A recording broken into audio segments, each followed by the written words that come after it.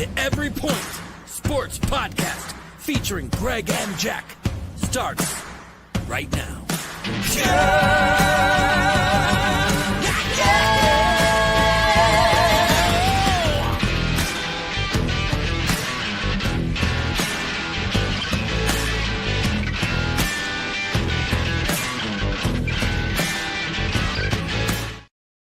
Ladies and gentlemen, we are live back again on a Sunday. Every Point Sports Podcast. I am Jack Stash from Fantasy Farm Sports. We've got the Old Gamer GK Entertainment and special guest this Sunday, Liam Sagarian at Liam Skaggs, our Philadelphia fan. How we doing, guys? Doing great. Doing wonderful. As always, it's Sunday. We're bringing the energy. We got a special guest today, so we have to up our game a little bit. Anxious to hear what he has to say. Yeah, hey, my expectations are high. Let me tell you, it's a pleasure to be here with you guys. I'm happy, like you said, great Sunday. I'm excited to talk all aspects of whatever we're talking about, and let's get to it. Awesome. We got really specific there. That's what I like. We like to start off with specifics and we run wild here on a Sunday, right? We've got our fourth pot of coffee ready to roll. So let's get going. Guys, I think we decided to start with the guy in Pittsburgh. And I'm not talking Mason Rudolph. I'm not talking Will Howard. You're talking about Will Howard.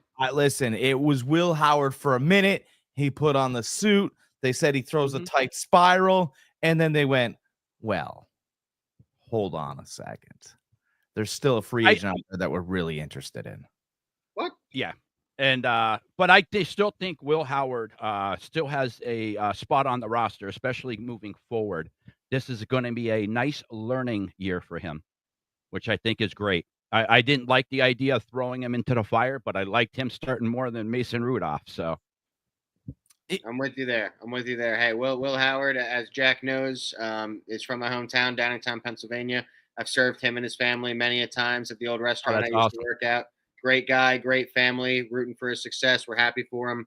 But I think that this is good for him too, and it's going to be good for his development. You know, absolutely. It could be. It feels for everybody that doesn't know what's going on is that Rodgers finally did sign with the Steelers. So that's why we're saying Will Howard no longer is going to be the starter. Mason Rudolph is no longer going to be the starter. It is now Aaron Rodgers' job as long as he can stay healthy. I think even if he goes out and throws duck balls all day, it's still his job. I appreciate his honesty. I mean, he basically told Tomlin that he was going on vacation. He'll sign when he comes back. Yep. And Tomlin basically said, hey, as long as you're here for the start of minicamp. And he went, well, what about OT? He goes, I don't care about those letters. We don't care about the letters. Be here for the start of real camp. Fit your vacation in. Do whatever you got to do, and we'll sign you. And Aaron Rodgers, in turn, told the media, oh, well, how much will you take? He goes, I don't care. I'm going to play for the team that I want to play for, and they'll pay me. That's what the bargaining agreement's there for. I'm not really worried about money at this point. I'm going to play one more year of football. End of story. He took whatever money. He didn't take this extravagant amount of money. No, he took what he 13 million? 13.6. What he took was 13.65 million for 1 year, 10 million guaranteed. Now it can be worth up to 19.5 with incentives, but you're getting listen, guys, no matter how he's played the last couple years of his starting career, he's still a Hall of Fame quarterback. You're getting a Hall of Fame quarterback at 13.65 million. That is a steal, especially with a team like the Steelers, who kind of are in win now mode. Well, let's just talk. Can we talk about a couple players that he had better seasons than last year, despite the Jets looking like the Jets? Oh, listen, I understand. That's why I preferenced it by saying no matter how he looked the last couple years. I mean, let's face it. All right, last year, yes, he was 5-12. He still completed 63% of his passes. He passed for 3,800 yards, almost 3,900 yards. He was 28-11 with the quarterback rating of 90.5. Now, listen. You were banging the drum last week before about Dak Prescott being a 30-10 guy. He's damn near 30-10 last year with a down year. I like my 30-10 guys. I appreciate that. Saying, he was damn near 30-10 with a bum year. Listen, I've damaged more drums banging them for people than I have bought drums in the past year. I get it. 30 and 10 is kind of where I like to be. Absolute Jaden Daniels is a fantastic quarterback, but let's not pretend that Aaron Rodgers wasn't in the same area code as far as statistics go. Patrick Mahomes, really down year. No one took shots at him because they want him to be the face of the NFL. I'm telling you, it's when somebody thinks they have just a little bit left, and this isn't Muhammad Ali getting in the ring with Larry Holmes one more time. That he was way past his prime. He was dancing around. He got clubbed for 13 rounds. This is Aaron Rodgers, who showed flashes of last season. He was trying to get everybody on the same page. I think the coaching staff was at best a bunch of high school assistant coaches. I know Salah's probably a college professional coach. Or a real Salah coach. was a legit coach. He really was. But the rest of them, I'm with you. I'm and let's face it, and I don't mean to cut you off real quick, but it's the Jets. And with all the stories that have come out about the Jets, what is he, 17, 18-year-old kid of the owner? He's the one running it. Madden. He's like, listen, the Madden ratings aren't good for him. We're shipping them out. Oh, his Madden rating is good. Let's sign him. Why do you think they signed Justin Fields? He's fast. He's athletic. His Madden rating. Wow. I mean, so Aaron Rodgers, let's not pretend. And by the way, this is not the Aaron Rodgers show. Last year, they're going to be a ground and pound team. They're going back to the old Steelers, but now they have something. They can't stack 8 in the box now. Last year may have been the circus that surrounded him. Really, it's the circus that the Jets have been, proclaiming for years. The circus is so crazy. They turned down Rex Ryan as I go, oh, you know what? We don't like success because that's the last time we had it, right? It's not the Aaron Rodgers show. This is the Mike Tomlin show. This has been the Mike Tomlin show for years. Aaron Rodgers is a nice cog in the situation. And I think he left Green Bay because the trust was gone. He was trying to get out of there for a couple years anyway, but the trust was gone. He trusts Tomlin. If Tomlin says it, Aaron will do it, and vice versa. So I think there's going to be a lot of trust there. There's that mutual respect, huge mutual respect. I don't know if you guys seen, but when he was being signed, there was a clip being shown on ESPN multiple times of Aaron Rodgers throwing this unbelievable pass to beat the Steelers, and Tomlin with this smirk on his face, and Aaron looking over at Tomlin with this big smile, like, I did it to you, type thing. There's that huge mutual respect there, and I can't wait to see those two together. Yeah, again, for those that think that Aaron Rodgers is this Trojan horse, if you will, right? He's just going to come there and play patty cake, and then he's going to retire into the sunset. I'd be very careful there, because I don't think Aaron Rodgers is just going to throw a couple footballs. I think last year was, the first year off the Achilles. He found out how much he can move. Once you find out how much you can move, you'll figure out which tricks you can improve upon. Everybody said, oh, he's dead in the water. I can't believe what the Steelers. Again, be very careful with the dog that's laying on his back, because you come to him and he's going to bite you. Oh yeah. But are you so sure that he's going to be able to improve upon those things that you think he can improve on at the age that he's at? I mean, he's always been incredibly athletically gifted, but we're talking about coming off of a serious injury, and yes, he's had a full year to recover from that. But I mean, he's 40 years old. He's not the most engaged in his let's say practice and workout habits, and on a year-round basis. He is obviously an eccentric personality and a very eroding type of leader from the most important position in the sport. You're asking him to come in, and like you said, maybe it's good that finally it's not the Aaron Rodgers show, where basically every other stop it has been. It's the Tomlin show, and he can kind of mitigate that. But Tomlin has had to mitigate and put out fires for his entire career. Who knows how long Antonio Brown was acting like Antonio Brown, that we just didn't know about it because Mike Tomlin had it under wraps. We know what Aaron Rodgers is at this point, and I don't think there's any stopping Aaron Rodgers from being that guy, no matter if Najee Harris, who I'm not high on, is running the ball, or if he has DK Metcalf or Pat Freiermuth at his disposal. He's still going to end up being Aaron Rodgers at the end of the day. And this is coming from a very big Aaron Rodgers football fan, but like knowing what he is off of the football field, it's not inducive to winning. It's not conducive to winning. And the Steelers are trying to just extend a window that frankly isn't there. What have they been trying to do ever since Big Ben's last 2 good years is they've been trying to stay relevant and they haven't won a playoff game.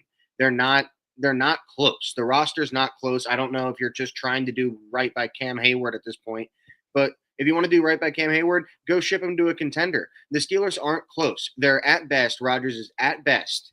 Well, not at best. He is the third best quarterback in the division. They are the third best team in their division. And there's probably a pretty good gap between the Bengals, Ravens, and them. So I don't know what the Steelers hope to get out of this, but if they're trying to win, I don't think they will. And as all of their fans want them to lose, I think that's what inevitably it will bring, which is actually a good thing for them, but that's not their goal. He's the third I best. personally think they are light years above what the Bengals are. Only thing Bengals have going for them is the passing game. That's it. That doesn't win in the league. Steelers are good on both sides of the ball. Their defense is built to win now. Yeah. Right now. They have a good offensive line, if not a great offensive line. Najee Harris isn't there anymore, but they did draft somebody that's supposed to be pretty good in the 4th round, I think, out of Iowa, if I remember correctly. He's a monster. Yep. Yeah. And like I said, and they're going to ground and pound. They have DK Metcalf, who I admit can be a head case at certain points. I'm a Niners fan, so he's less of a head case than George Pickens. And better. Oh, no, listen, I agree, but he's also a guy that, if you give him a little shove with the shoulder like Jimmy Ward did, he turns around and grabs you a face mask and pulls you right down to the ground. 15-yard penalty. Yeah, over under 2.5 sideline blow-ups between the two throughout the year. He wins fights. He's going to embarrass you in fights. DK Metcalf. The guy's a beast. The guy's a freaking beast. But I mean, like I said, DK Metcalf, they have Austin there, and they have another guy that they drafted, a wide receiver, a speedster guy. So, I mean, I think that's going to be enough weapons. I'm with you kind of offensively. You could say they're not built for now. But like I said, they do have a good offensive line. They do have a good tight end. They do have a good wide receiver. And now they do have a Hall of Fame quarterback. Even if he puts up the same numbers he put up last year, you put that along with a good running game and their defense, like the Jets' defense was good up until Robert Saul got fired. Once that was done, their defense fell apart. So you put that defense on the field with him, they win 10 games without him. You have to say he's at least 2 more wins. And let's not forget about the 6'9" tight end that Pittsburgh has roaming around there from time to time, too. We didn't mention Freiermuth. I think you could see my prediction for Rodgers this year, again, on a bounce back year, I'll say 36-10. I think he can be happy with the way that the season finishes. 36-10, and Pittsburgh gets the playoffs and wins a playoff game. I think this could look very close to what Brett Favre did in Minnesota. He doesn't get all the way. And we talk about the Jordan years in Washington about how bad he was, right? I just want to preface this. There were nights Michael looked like the Michael in Chicago. There were nights that happened. It wasn't all the time, but there were nights where he called upon himself and he looked like the guy. Now, most nights he should have deferred to Jerry Stackhouse. Right? Jerry was the guy there. But in Rodgers' case, he can. Rodgers is just the point guard deferring to everybody. And as long as that spiral's tight and he's taken care of, he's got enough strong kids around him and Tomlin defense. I just think that everybody's going to go, well, we're getting the guy who was the Jets. He was the Jets quarterback. He wasn't very good. You're getting You're getting what Mr. T thought Rocky was, right? On the second fight, the slow Rocky, and then he came out, he just started throwing him. Bang, bang, bang, bang. He keeps throwing him. You're like, oh my God, 10 pounds lighter, and he's re-energized, and he's a rocket. I think you could get this. Not every week, but you're going to sit there and go, dude, Aaron, 320 yards, 4 touchdowns? What the hell are the Jets doing? And, they still don't know. Yeah. Like I said, it's the Jets, so I don't mark up last year as too much. But also, let's not forget, Aaron Rodgers was their third pick, was the Steelers' third pick, their third choice. First, it was Stafford. That fell apart. That didn't come through. So then they tried to sign Justin Fields. That didn't work. He decided to go to the Jets. So then they pivoted to Aaron Rodgers. So Aaron Rodgers was third on their list. So let's not forget that either. And like I said, he is 41 years old. He'll be 42 in December 2nd, 42 years old. That's old. It is old. But again, a good defense and a good running game can cover a lot. Are you convinced they have a good running game? Yeah. Yeah. I mean, Yeah. Najee Harris had a bounce back year. You throw somebody else behind that line. It's hard for me not to believe they're going to have a good running game. Done a lot with the running game too, right? He was there a little bit for the end of Bennis, right? And then it was a completely different running back when Le'Veon Bell was there, right? Mm-hmm. So like he's changed running styles a bunch of times. He knows how to get certain things out of running backs. I put with the running game, I put the Steelers up there with Shanahan. With the Shanahans, that you could, they kind of find backs you could just plug and do well in their system. I don't think that Arthur Smith's offensive ingenuity comes anywhere close to Kyle Shanahan's. Oh no, I'm talking about Tomlin's philosophy of running the ball. Yeah, well, he'll run it might be Arthur Smith. Philosophy is one thing, but Shanahan makes up for it in the zone scheme. He's the greatest he's the greatest running back schematic coach there is in the league. He's probably the best offensive schemer in the NFL. Shanahan is. That is not Arthur Smith. I'm just trying to compare the two, how every year they're a plug-and-play running back in their system. No matter who's the offensive coordinator for the Steelers, they have a strong running game every year. The only common denominator in that whole thing is Tomlin. And you know what else Tomlin likes about this signing too? I got news. Aaron Rodgers throughout his whole entire career doesn't throw interceptions. That dude really doesn't turn the ball over. In fact, he's got the best touchdown to interception ratio almost of all time. I think he's top 3. He might be 2 or 1. It's raised a little bit after last season, but he does not take chances with the football. And that's the kind of guy you're looking at because you don't want to give opportunities to the other team. I mean, Tomlin likes playing with, at least 2 aces in his deck of cards all day long. Defense, offense, all these things. I just, again, people should be very careful, thinking Aaron Rodgers had zip on his ball last year. He just found out a little late that he wasn't able to move like he used to be able to. Okay, we can fix that. I still have this, but I don't have quite the movement. I have some, but not what I've been used to over the years. Great. But getting that information in week 8, he wasn't able to mitigate and fix certain things. He tried to use his tricks. The tricks worked in some spots. Obviously, he was defended against. I think it's a good signing. It makes Pittsburgh, or should I say, keeps Pittsburgh relevant. And again, I'd be very careful. The quarterback that I'm so concerned about right now is not Aaron Rodgers. As long as we talk about quarterbacks for a minute, I am so concerned, and I will tell everyone, stay away from, please do not draft CJ Stroud this year.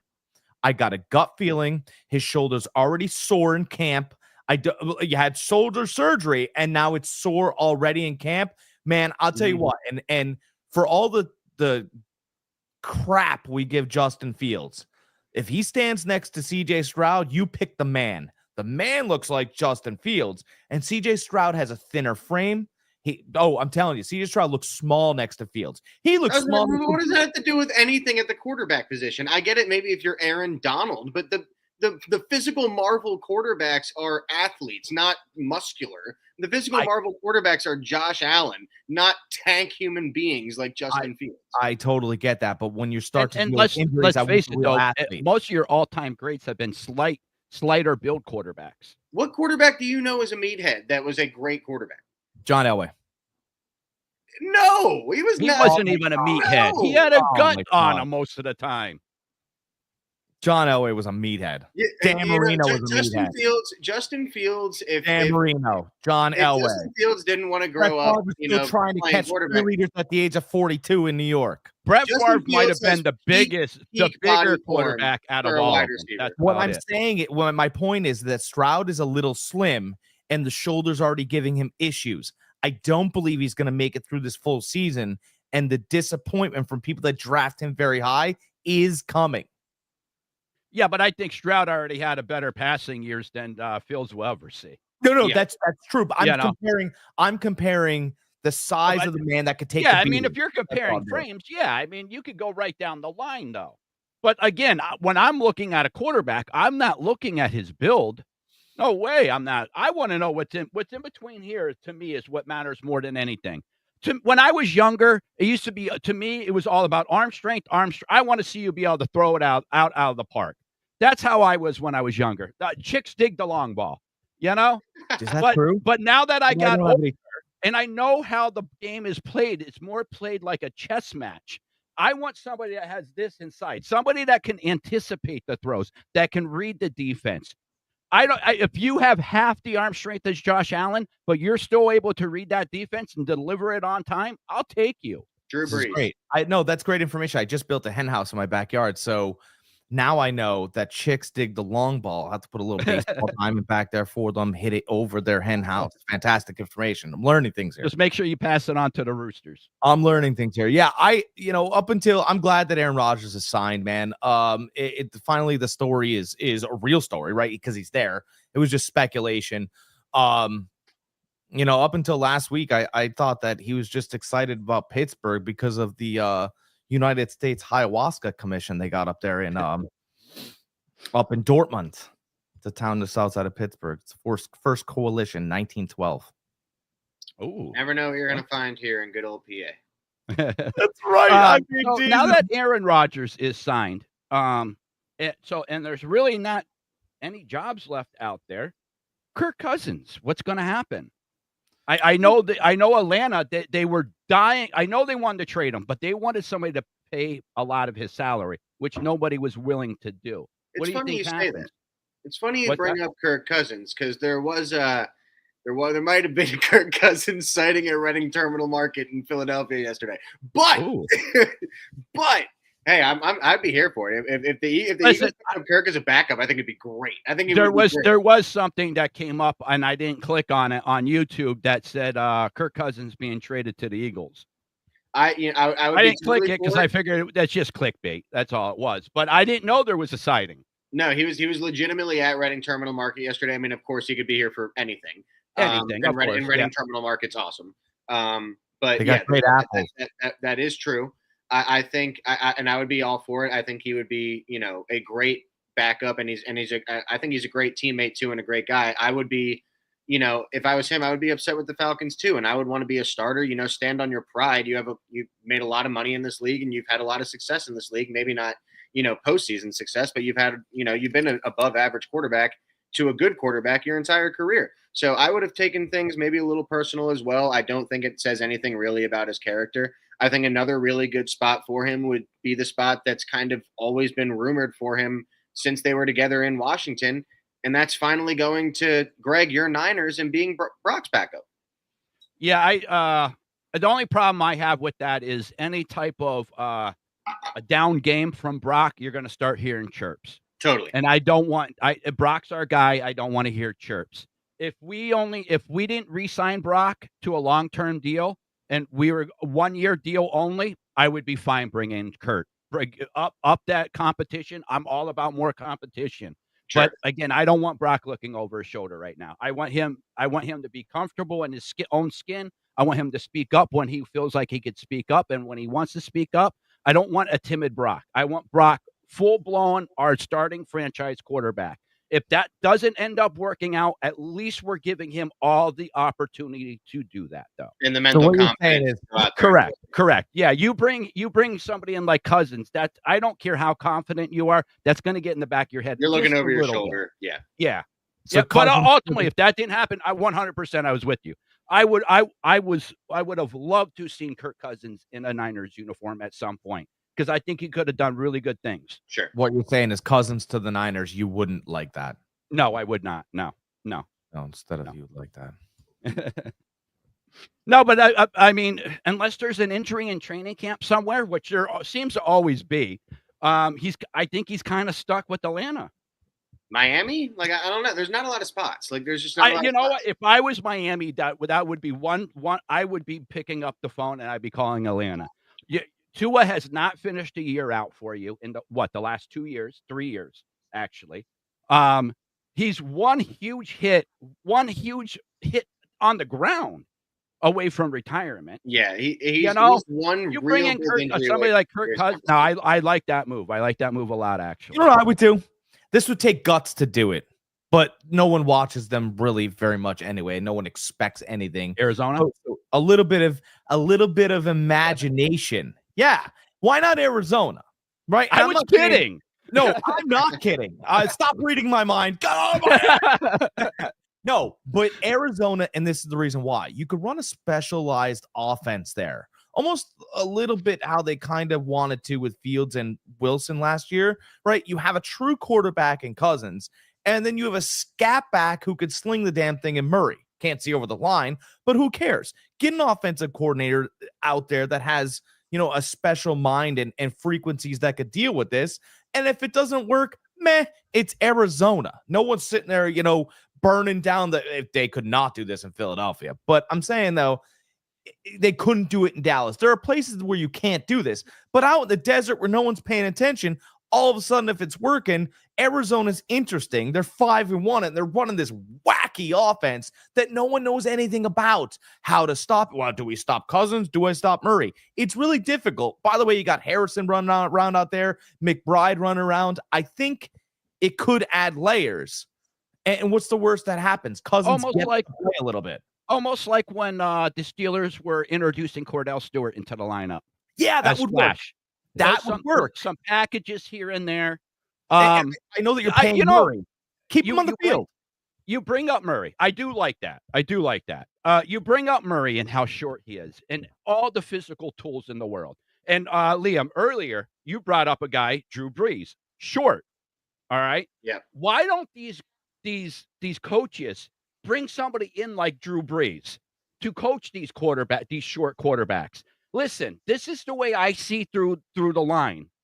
This is how I'm able to diagnose, I can't see over the center or the tackle, but I can see over this guard most of the time. So, he knows those little nuances that Kyler Murray just doesn't seem like he ever picked up on. Right.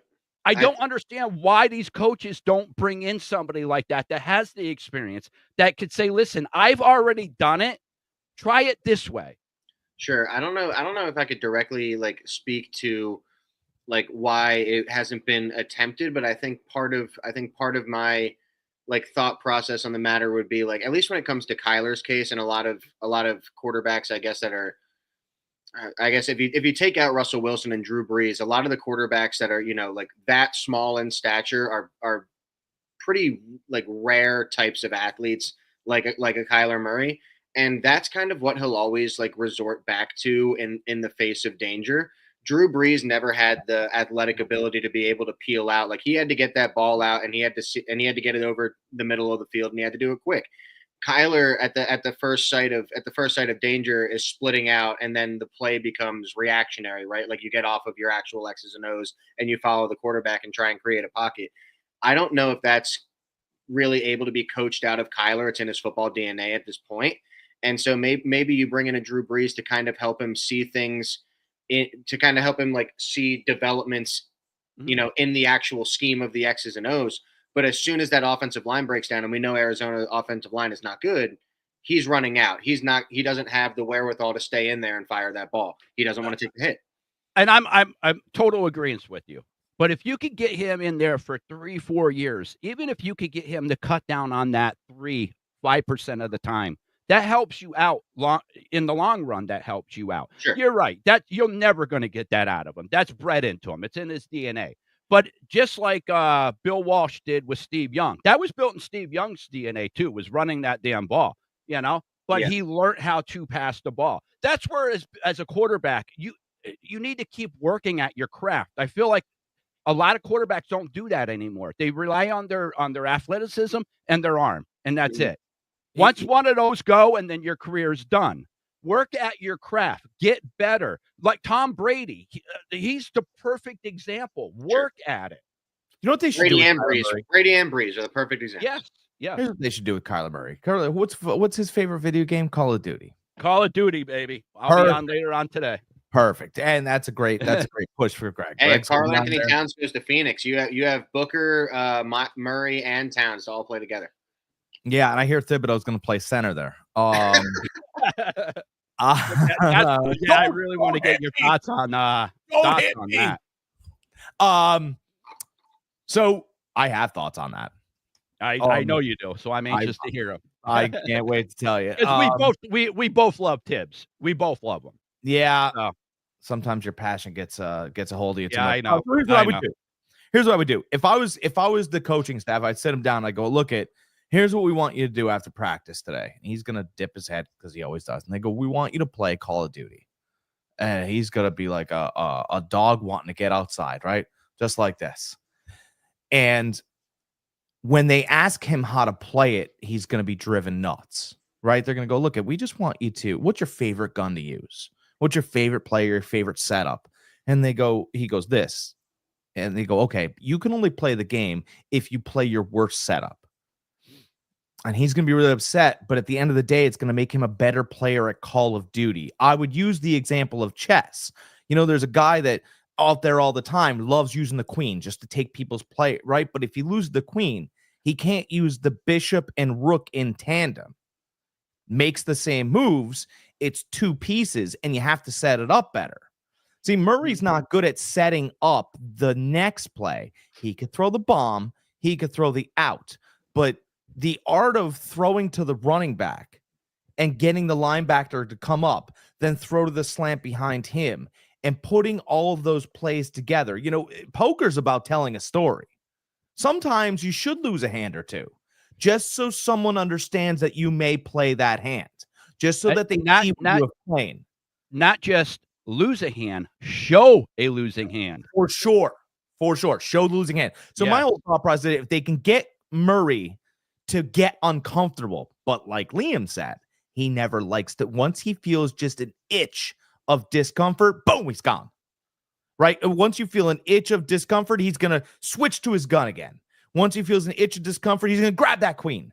That's just what he does. But what we're looking to do is to extend that a little bit, just a little bit. If you can extend that by a second or two in NFL, that's huge. I understand we'll never get it out of them, but if we can extend that just a little bit, that's all I'm looking for. We never thought, and I never thought, every single time I saw Jalen Hurts play, I was like, there he goes, gone, running again. Every time he got down in the game, he would just go to the leg. Listen, I'm a Bama fan. You don't need to tell me. But I'm saying when he played it, even at Oklahoma, go to the legs, right? He was down against Baylor. I sat and watched him run the ball 16 times. I was like, well, he's going to come back in this game because his legs are working really good, but he's not going to throw the ball. And is he going to run out of time?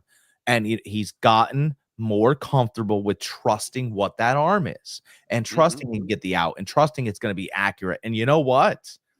It's not 50-50, but it's certainly 55-45 arm legs now. And you can wear that hat all day because that's the kind of growth and maturity that finds you. He worked at his craft. He really did work. He improved as a quarterback. He signed that big contract. He had that horrible next year, and he bounced back last year. If you guys and I were dogging him. Our first year of the podcast, we were dogging the hell out of Hurts.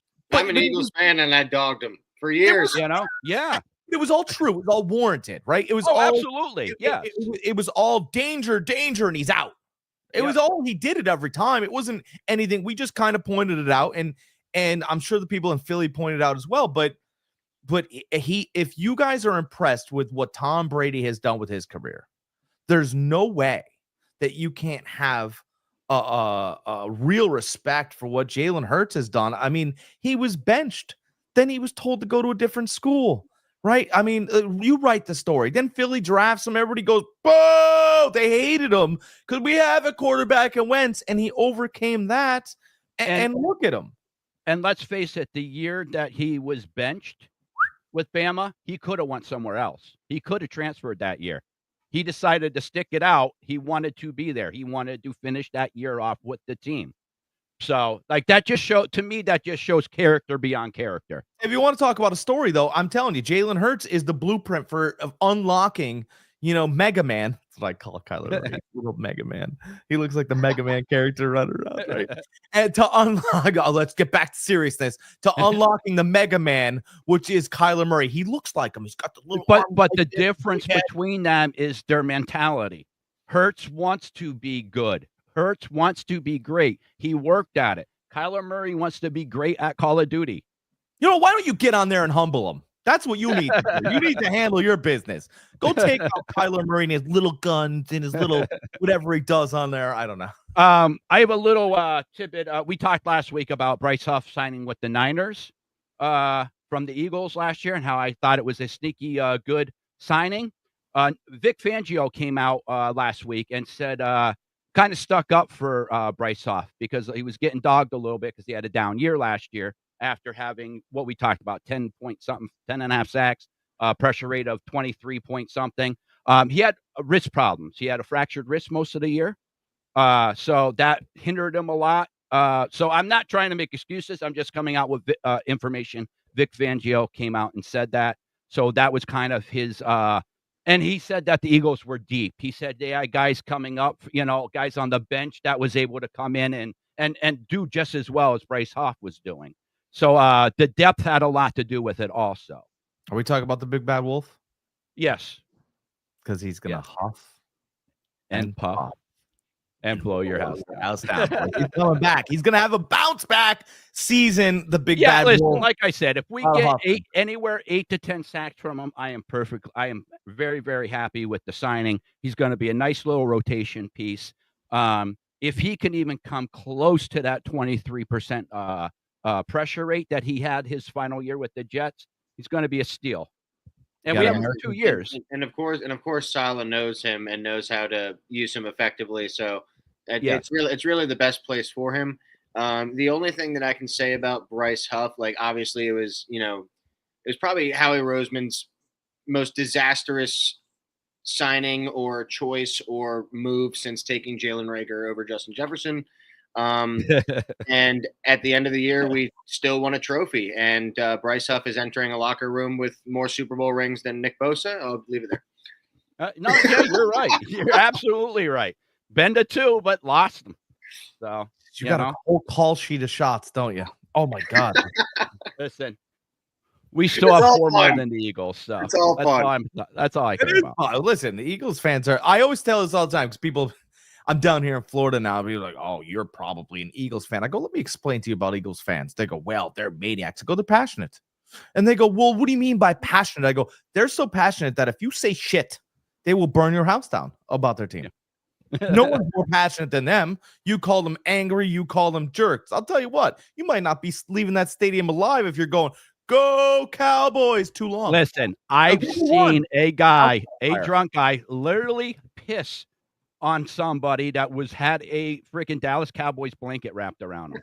All right, literally pissed on him. Was he drunk or was he drunk on Eagles? Any story I hear about the Eagles and their fans at that stadium, I believe every bit of it. He was Listen, I don't condone that type of stuff, but like, hey man, if you want to come in and showboat, we'll give it right back to you. But I'll do it in a respectful way. I can't speak. I've been to so many games down there, and what drives me crazy is I can't wear my colors. Can't wear my colors without being harassed. That's it.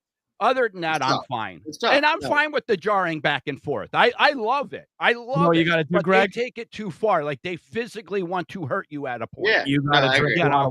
You got to drink a lot of water. That's what you got to do. You got to be ready for. I got a nice story about the last game I was there. And actually, it ended up being a cool Eagles fan. I thought it was going to end up badly, but it ended up being good. I was there with my buddy Mikey Hess. Jack knows him. Shout out to Mike. And we're up in the one corner, so you can't really see down on the other end of the field. And the Eagles go up and they go to kick a field goal and they miss it. It was blocked or partially blocked. And I go to my buddy. I'm like, they should have never attempted it because it was a long field goal. And the guy goes, some guy in front of me, Eagles fan, turned around and he said something. I don't remember exactly what it was. And I'm like, buddy, I'm sorry. We're kind of far away. I didn't see that, because he kind of knew I was rooting for the Niners. And what's that? It's probably like, what's your home address? No, actually, it was kind of cool. I explained my whole point of view. Like, we're far away. You could barely see him, let alone me. And especially at my age. And he starts laughing and, kind of broke the ice. He's like, let me buy you a beer. First time I ever almost got in an argument with an Eagles fan, ended up getting bought a beer, which was actually kind of cool. He was hoping, though, that you guys found that Cowboys blanket together. That way he could tandem be on it. That's what he was. He was trying to get me drunk and take advantage of me. That's he what was trying to fill you up. Right. Don't fall victim to the one beer. No, they're great fans. They're passionate fans. And, sometimes they're misunderstood amongst a couple bad. They are not misunderstood. They're exactly I'm not sure. understood. I wouldn't call us misunderstood. No, they're exactly understood. What you hear about them is what you get. I don't know. I disagree. You hear that, Eagles fans? You never see this mustache in town? I was on your side. I called you passionate. I was with you guys. It's these two you need to worry out. Keep calling them passionate, but wear your Ravens jersey or wear your, whatever jersey you want. I know what I got to do in the town. If I'm in Upper Darby, I got to shave my head. It's just the kind of town. I understand what I have to do to get by. That's the kind of guy I am. Fly, Eagles, fly until I'm back in the plane flying home. Listen, don't make you fly, all right? Fly right out of the stadium. I could join their passion, right? What are we gonna do to the bums tonight? Whatever they want to do after a loss, I'm with them. Go Birds. Go Birds, right? Even though we got two between the three of us, we've got a total of 6 birds, one on each hand, right? So I don't want to hear anything about the Eagles, right? We've used the bird on our own. I'll give the bird to the Eagles fans every time. That is not what he meant. That is why I can't go. Now I listen, every time the Niners are in the area, I go to the Niners game down there. Every single time. I'm smart about it. Like, I don't sit there. I don't jump up, cheer for my team. I go down there. I want to enjoy myself. So I know what I have to do. Now, when I go up to the Giants Stadium, I can go nuts. I could become a fanatic fan then, a Niners fan. But you kind of have to know where you're at. Sure. See, that's home. That's real. See, the Giants, they're just whatever. They're fair weather. The Eagles are real fans. Their fans have nothing to say to a Niners fan. There's a real home field advantage. There's a real home field advantage when you can't even get a hotel because the hotel clerk goes, Niners or Eagles? And you go, I'm a Niners, and she hangs up on you. That's real home field advantage. But now you got yourself a consigliere. Liam will show you around the town. He'll show you all the eateries. He'll make sure that you're taken care of, not taken advantage of. It's very important when you go to Philadelphia. Speaking of eateries, how cool was it what Geno Steaks did? It was awesome. Turned the whole thing into Saquon Barkley. Oh, by the way, Madden curse is going to hit you this year. It hit me last year. So good luck. You're McCaffrey guy. Aside from McCaffrey, I'll say the 3 covers before that are all quarterbacks who have won MVPs since their covers. So I'll take the odds that Saquon will be okay. Maybe John put the curse with them in death. Could be. It could be a possibility, right, John? But anyways, I thought that was really cool what Geno Steaks did. They turned the whole place the Eagles and the Niners is obviously the offensive line. I mean, at least last year, CMC did not have he didn't get hurt because of our offensive line. He got hurt because of his knee tendonitis he never got over. Right. No, I know that, but I don't think that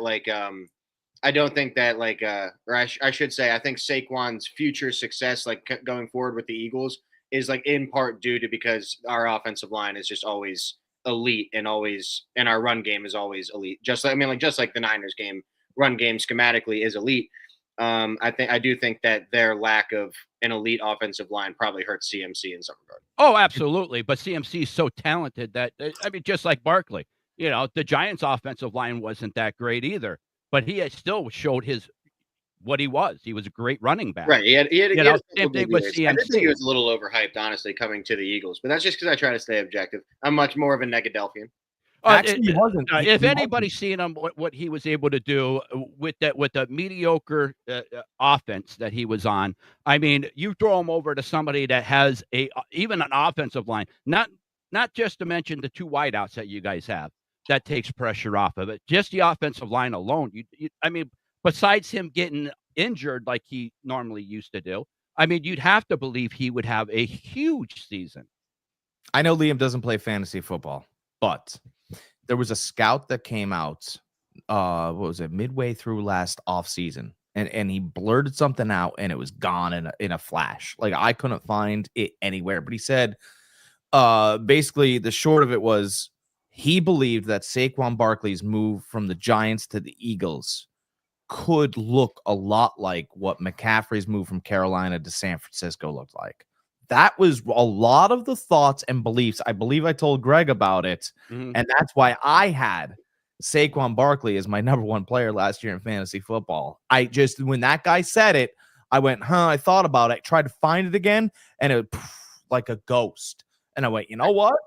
Somebody that's trying to hide their tracks, I'm going to follow them. And I drafted Saquon Barkley. I had my number one running back last year. And it's little things like that. By the way, the whole CJ Stroud hurt shoulder thing, I'm not the only guy on that. I could be wrong about this, but I think the scout that said that was actually Bay Area Representative John Middlecoff of 3 and Out in the Volume. I'm pretty sure he was the one who said that. Good, yeah. I mean, he but used to be a scout for the Eagles. He was a scout for the Eagles. Yeah, He was. He did a nice. Him and another guy had a really good show together. A radio show, right, in San Fran. Yeah. Yeah, and his podcast, since he joined up with Colin Cowherd's network, has been pretty good. Yeah, not bad at all. I don't mind him at all. He has a lot of good insight, and like I said, he was a scout for the Eagles, so he really knows that type. That type. Yeah, of, he knows the organization. Yeah, yeah. I when it came out, I read it quickly. I saved it, and then all of a sudden, I couldn't find it on the same source for which it was let out on. And I was like, well, dude, that's really interesting that it was just disappeared, thin dust, gone, right? Obviously, there's probably a video clip somewhere, but the literature was gone. And I went, you know what? I don't think you'd want to move that quickly unless there was, somebody else really thought about it and was like, dude, take that down because we're trying to get him. Yeah, the only other move that I thought that was just as good or equal to that move is when the Ravens signed Henry. You take a back like that and you give John Harbaugh that type of weapon, even at Henry's age. I mean, come on. Yeah, and the optionality in the backfield too. Like, forget about the whole Lamar Jackson thing. I mean, well, that's a fantastic point, right? So the Giants can't scout players, and now we know. Well, they can. They drafted them. They just can't use them. Well, yeah, right. But you also could make a very fair argument that, like, given where the state of that Giants roster was in 2018, they should have never picked Saquon at 2. They shouldn't have. And they were probably right, honestly, in the state where they were as their franchise, especially after signing Daniel Jones. Now you kind of have to reap what you sow there, but like it's not like they were ever going to be in a contentive window with Barkley anyway. They probably made the right move to move on from him as well. It's just a matter of like the byproduct of where he ends up that is kind of egg on your face. But I don't think I disagree with that just for the fact that he's a generational talent. That's it. But you didn't make a generational player out of him. No, because he was hurt and you didn't surround him by the right people. But again, that was because of the bad decisions that your scouting department made. You put your baskets into Daniel Jones, which you shouldn't have. You should have actually paid Barkley. Then you would have a stud running back still. You would have a young quarterback, or you would have Wilson coming in with Barkley there, with Neighbors there. You would have a start of an offense that was growing. Now you don't, The truth is, it really depends on how many more like really effective years you think Barkley has. But I think given the state, well, you kind of have to think he's somewhat fresh, wouldn't you? I mean, his first couple years in the league, he was kind of injury prone a little bit. I don't know if fresh is the right word when somebody with a history of knee injuries, especially like a workout warrior like him, it could go at any time. It really, but then I go back. First could hit him at any time. All right, but then I go back to two older guys, Frank Gore, who had 3 knee reconstructions, and then Clinton Portis. Both of them long careers, knee issues out the yin yang. Every year it seemed like, but they had a prolonged period. What I'm trying to say is, earlier in their career they were very injury prone. They had knee problems, but later on in their career they were more durable. Sure, but it's not like that. It's not like one, they were ever up to the caliber of Saquon as a talent, and two, Frank Gore is number 3 rusher all time in the league. Yeah, but that was due to years. That was listen. He's the number 3 rusher all time. Let's do this. Let's do this. I believe that the probably the closest comp where Saquon Barkley should fall between would be somewhere between Barry Sanders and LaDainian Tomlinson. And I do believe that as Saquon breaks down, because he will, and he'll lose speed and agility, I think he'll look a little bit. I think the worst version of him is Tomlinson on the Jets. He's got Barry Sanders, and he, by the way, his career was going to look like Barry Sanders' career too if he stayed in New York. It was going to look like Detroit all over again. Let's not pretend like Daniel Jones was any better than Scott Mitchell. I mean, it was hilarious for both of them. He got out of there. He got lucky, played the role of the bad guy for once. It's like, by the way, he doesn't like that. It made him very uncomfortable in interviews. Mm-hmm. Saquon Barkley doesn't like being that guy, but he was like, you know what? I can either be like Barry, a nice guy and, meek and mild, or I can actually get what I'm supposed to get out of this damn thing.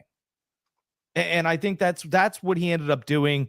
I think, again, Tomlinson, let's talk about him for a second. Fantastic running back, San Diego's whole career, and everybody looks at Marshall Faulk as the better run. I'll tell you what, take a look at those two, because LaDainian can fly, and he had just the same statistics. Actually, he had a better season of all time than Faulk did. See, Marshall Faulk was a utility knife before there was a utility knife. Marshall Faulk was able to do it all. He could run between the tackles. He could run the sweep. He could catch the ball. That's what made him so great. He was what today's running backs are back then. But he got publicized because he was in Los Angeles. LaDainian Tomlinson was doing the same thing in a beach. But even when he was with the Colts, though, he was still known as the same thing. I get that. But Tomlinson was doing the same thing He was doing the same thing in a beach town that Marshall Faulk was doing. He got I will not put Barkley even in the same sentence as Barry Sanders, by the way. Not even in the same sentence. Barry Sanders, to me, is the greatest running back ever to carry the ball. Well, he's got a couple highlights that look like Barry now. In the same sentence as far as talent. I'm not talking about as far as I'm not talking as far as like let's wait until we get to that. Talent, yeah. Let's wait until we get to Barry's done things that no other running back I have ever I'm telling you, that play in Jacksonville last year, though. I don't care. You throw on the Barry Sanders highlights, and I could give you 20 that could back up anything that Saquon Barkley has ever done. We're starting to get there, though. We're starting to get a Saquon Barkley reel. Yeah, it's Saquon. It's Barry Sanders. There to me, there is nobody in NFL history that has been a better runner than Barry Sanders. You give Barry Sanders any type of line with that Detroit team, he blows away every record in the NFL. Every record in NFL. Maybe. Every. Not maybe. He does. No, because you've seen what the guy did with that crappy team. I get it, but here's the thing. Maybe he needed to run that way. Like no. Hold on. You gave Le'Veon Bell a line in Kansas City, and he couldn't figure out any other way to run besides the way he did in Pittsburgh. After 2 years out of the league. I understand that, but Le'Veon Bell was never a traditional runner. Even at Michigan State, he kind of ran that way. Barry Sanders always kind of played the game like a bowling ball. He kind of maneuvered his way through the pins, and if they fell and they moved backwards, it was so interesting. I don't know if he would have done better with a traditional running style. If he was given a direct line and a direct route and a way to get there 100%. Look at his Oklahoma State tape. I know, but I feel like we fell in love with Barry Sanders' imagination better than the runner. No, how could you say that? Because Barry Sanders, listen, I'm 50. I turned 50 on the 16th. So that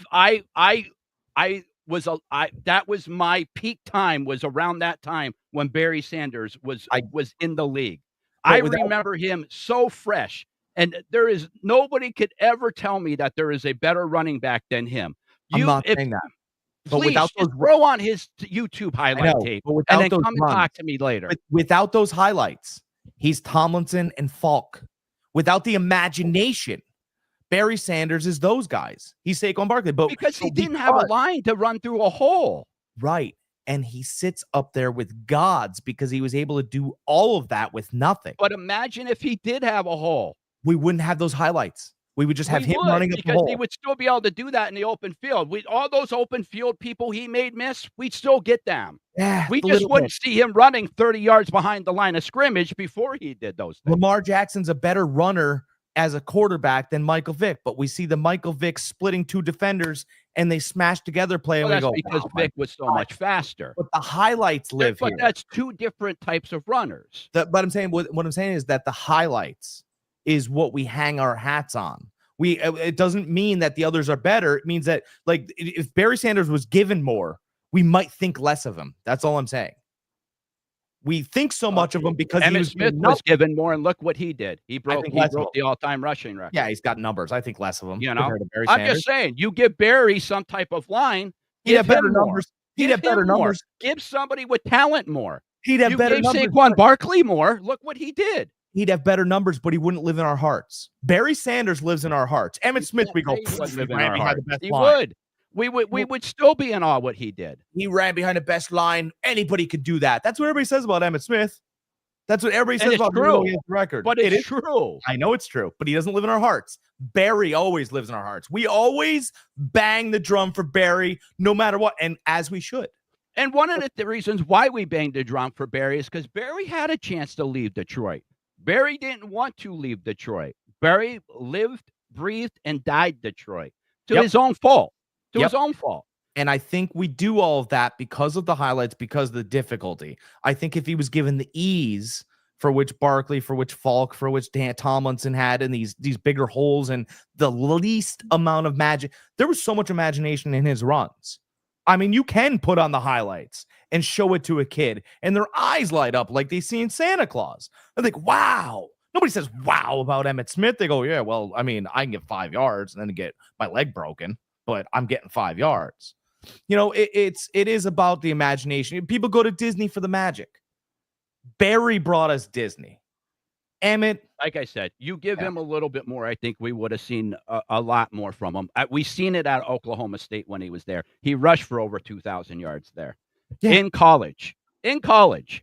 Would you rather him have better numbers or the highlights for what you have? I would rather him have better numbers, because we would have still seen those open field misses, those open field spins, those stiff arms. Like I said, we just wouldn't seen those running 30 yards behind a line of scrimmage just to gain 3 yards. You know, we would have seen those other plays though. And I think we would have got a happier Barry and a longer career Barry.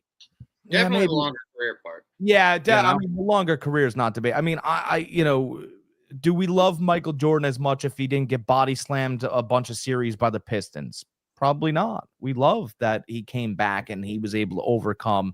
You know, we love a story. But you could even say that about you could do the same thing with Jordan with Barry. You know, Jordan needed to give Jordan a little bit more. What did he do? He started winning championships.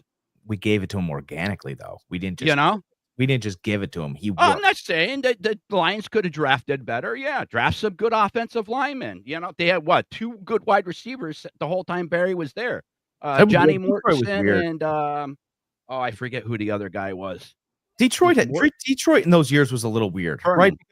Because we sit there. In those years, I mean, Detroit has been weird for 50 years. Oh, yeah. Right, I understand. But what I'm saying is that, like, we talk about them like they were filth, yet they had the second best wide receiver in the league, Herman Moore, to Jerry Rice. I used to read the papers every week when we got him. Right, Herman Moore was great. They both Herman Moore and there was another one. The other guy said Mortensen. They both had 1,000 yards receiving. Yeah, and you had Barry Sanders. It's like, wow, Detroit's terrible. It's like, well, I don't know why they're terrible.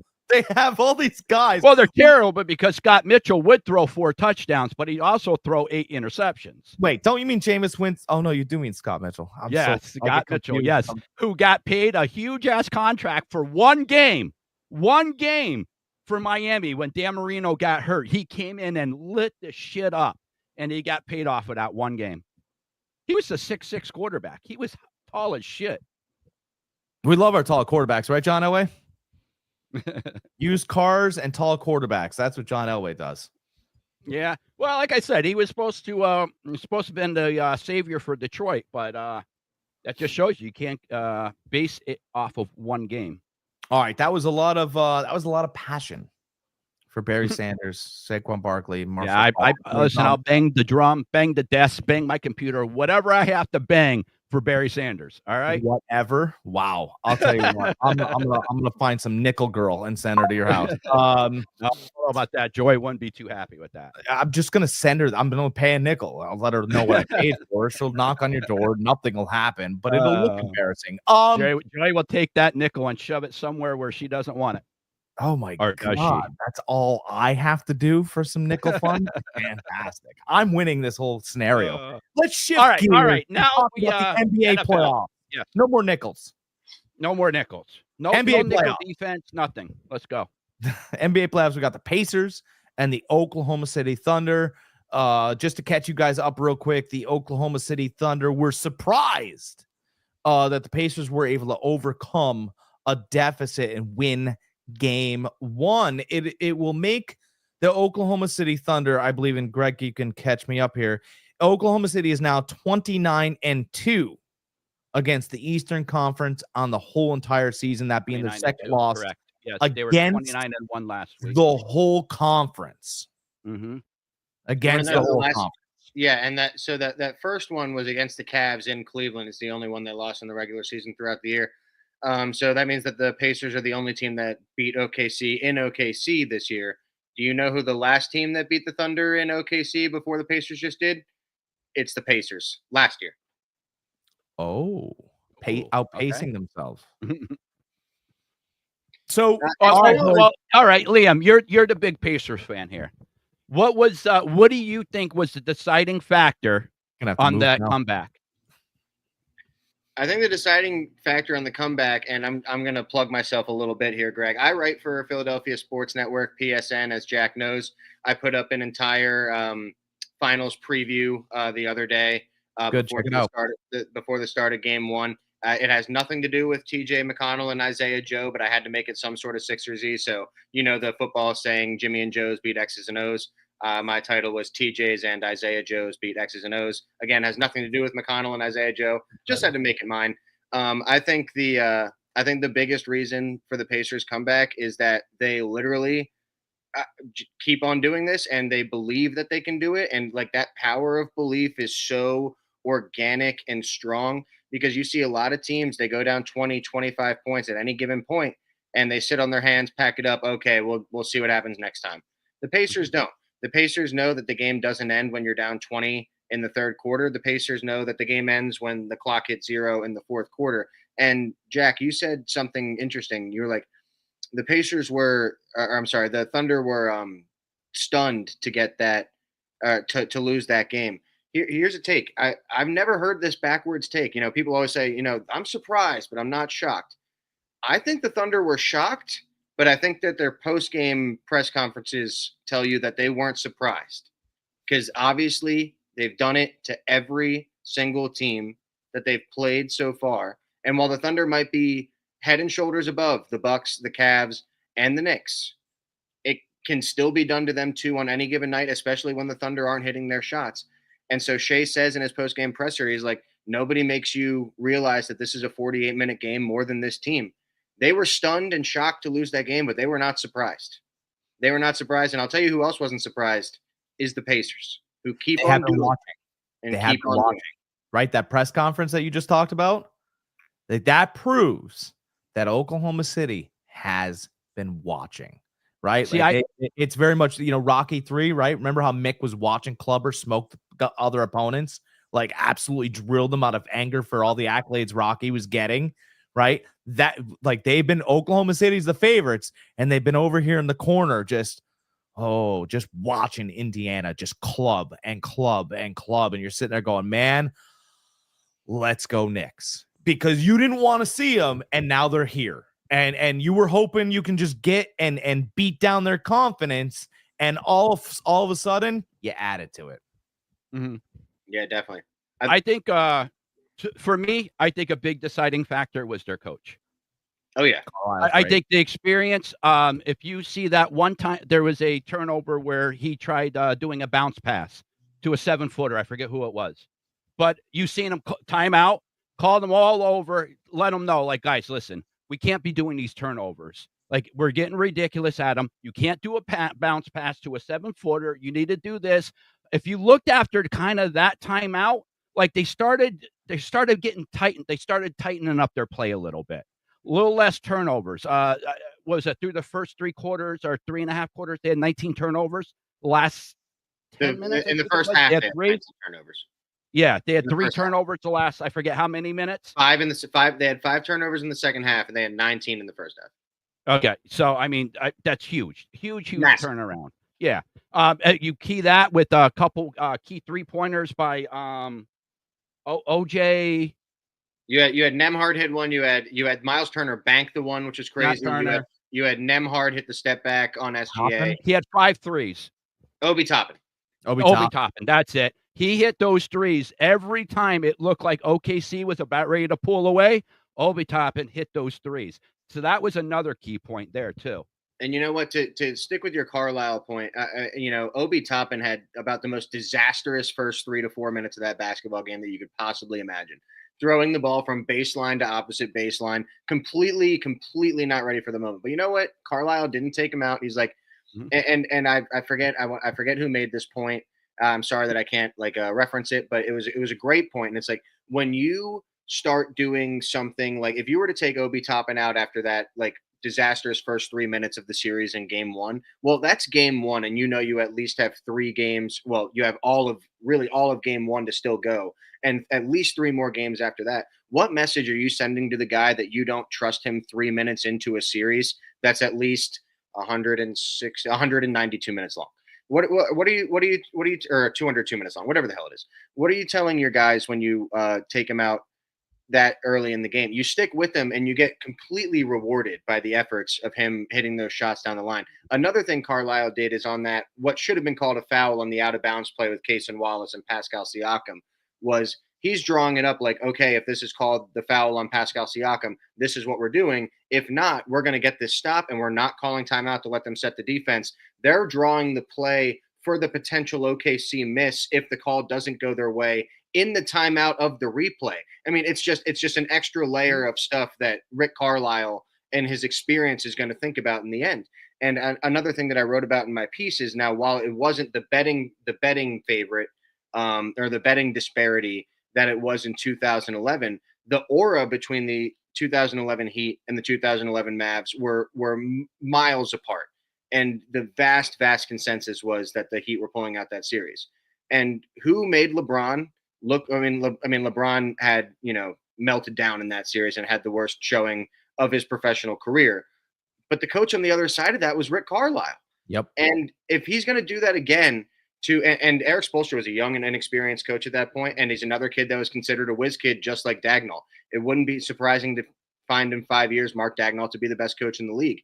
But Rick Carlisle is a better coach than him right now. He's more savvy than him right now, and he's seen more stuff than him right now. And that's an advantage Pacers. Yeah, he's Popovich-esque, right? How he can just find certain things to make you uncomfortable and see if you're going to deal with them. And let's go to the other side, to the OKC's coaching side. Don't you think that was kind of strange? This was the first game in the 16 games of the playoffs that the OKC's coach came in with a different lineup. I was hoping you would get to that. So Chet Holmgren didn't play the Pacers in either game that the Thunder played the Pacers in the regular season this year. So they rolled with one big lineups both games against the Pacers this year, and they were comfortable with it as they beat them both times. And they really smacked them around in OKC in late March. And they beat them by, I think last week, Jack and I talked to them. It was an average of like 13.5 points. Right. It was, if I remember correctly. Right. But both of those games, they were used to just starting Hartenstein and then just bringing in one of their bigs off the bench.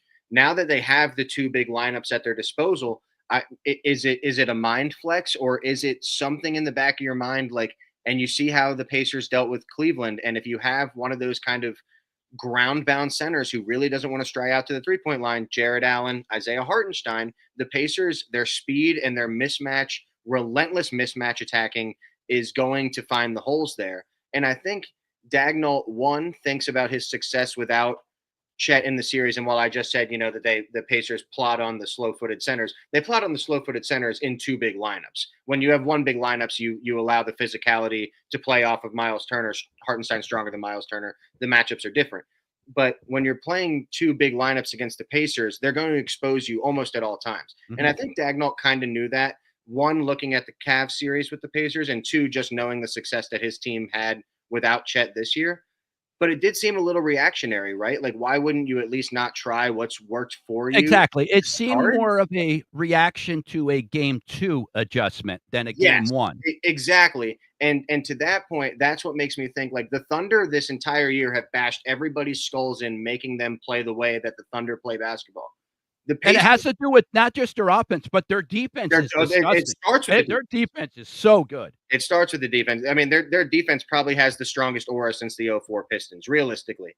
But the thing that Daigneault kind of showed in the game 1, and to your point, it should have been a game 2 adjustment, is like, oh, maybe the Pacers are the team that actually have to make the Thunder play, or are the team to make the Thunder play their way. Maybe they're the only team that can make the Thunder have to play their style of basketball instead of Thunder style. That's interesting that he showed his hand and Carlisle went, we're going in here. I think that has to be a difference of experience with coaching. Totally. I think Carlisle is just comfortable. He's been there, done that. He's like, this is what we're going to do. And the other, I forget what his name is for OKC, but I think he's Mark Daigneault. Okay, I think he's second guessing himself.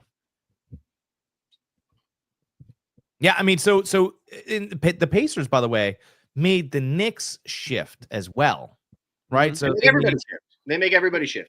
But that's right. So Carlisle's like, I'm willing to die on this hill, and other people are like, as they're meeting him to the hill, they're like, okay, what's a better way we can attack this hill? And Carlisle goes, I'm walking straight up that hill. Mm-hmm. Rick Carlisle has changed. He's kind of changed the course of the narrative on what playoff basketball is supposed to be, right? The past 10, really since the Steph Curry explosion in, say, the 2013 to 15 range, the regular season's been all about running and gunning, putting up as many points as possible, with kind of just like the knowledge in your head that the calls are going to get a little tighter and it's going to become more of a half-court style come playoffs. And you do see it on the scoreboards, right? Like, you see those 120 to 113 games more realistically become 100 to 92 games come April, May, and June. The Pacers have figured out a way to kind of like mitigate that half-courtiness of the playoffs and still figure out a way to put their offensive brand, which usually historically doesn't work in the playoffs, into these playoff series. They're still getting all theirs in transition. They're still getting theirs as quick as they want. And historically, that doesn't really work for the teams that want to play that way. And I think that that's another feather in Carlisle's hat, and maybe more importantly, the GM Kevin Pritchard's hat, is he's bringing in players and only bringing in players that can fit this style and can play this style. And to kind of piggyback off of what you just said, they're bringing in guys that are in plus in efficiency. Halliburton, plus 13 in efficiency in this finals game. We talked about before the podcast started. He's 5 for 5, either game winning or game tying shots. The rest of the NBA is 4 and 26. So like, it all starts with, one, the coaching, second, the efficiency of the players that they're bringing in. I think Halliburton's the best point guard in the game, and I don't care about. You can't. The way he's playing, you can't deny that. So the best true point, it's not close. So yeah. So and I actually, once upon a time, I was watching a lot of Sacramento Kings basketball. I know you guys can knock me, whatever. I was watching a lot of Kings basketball. I get home late at night. The Chris Webber dates. You guys how dare you? No. No, I was watching him because I wanted to see, whatever he was talking about with the De'Aaron Fox. I wanted to see if he was going to be able to rival and have a real, competition and friendly rivalry with Steph Curry, right? Because everybody's like, oh, De'Aaron Fox. And I was like, oh, the kid's gone from 17 to 23 a game. Let's see if he manages the game. And my one knock on Fox was that he was awesome. I never watched any players play well around him, really. Buddy Hield's okay. But what you noticed, I thought this was really interesting. Halliburton was drafted by the Kings. And when Halliburton would come in the game, yeah, he could get his scores. He'd give you 9 points. but like you just watched Heald run around screens faster. You would watch centers get set quicker. It was like, it was very, I mentioned this with the 49ers, right? When Garoppolo was there, right? Whether you liked Garoppolo or not, when Garoppolo sat under center, the teacher was there. Every other guy that sat under center, it was like that, the substitutes here. And it's crazy as it sounds, everybody knew that De'Aaron Fox was trying to get points for himself, but not win for the team. When Halliburton stepped in, he'd run the team first and figure out his points around it. But the team and their points were more important to Halliburton. Somebody saw that in Indiana, made a trade, whatever. We'll find another Sabonis somewhere to give us some kind of points. But this kid is special. And when they made that move, I literally dipped my head and I go, the Kings are done. You could see it. Like a shooter like Heald ran faster. He never runs faster. Ran faster for Halliburton, not for Fox. Somebody should have made the phone call in the gym and they didn't. They blew it. Yeah, I agree. One thing. For me. Oh, sorry, Greg. Sorry, you go.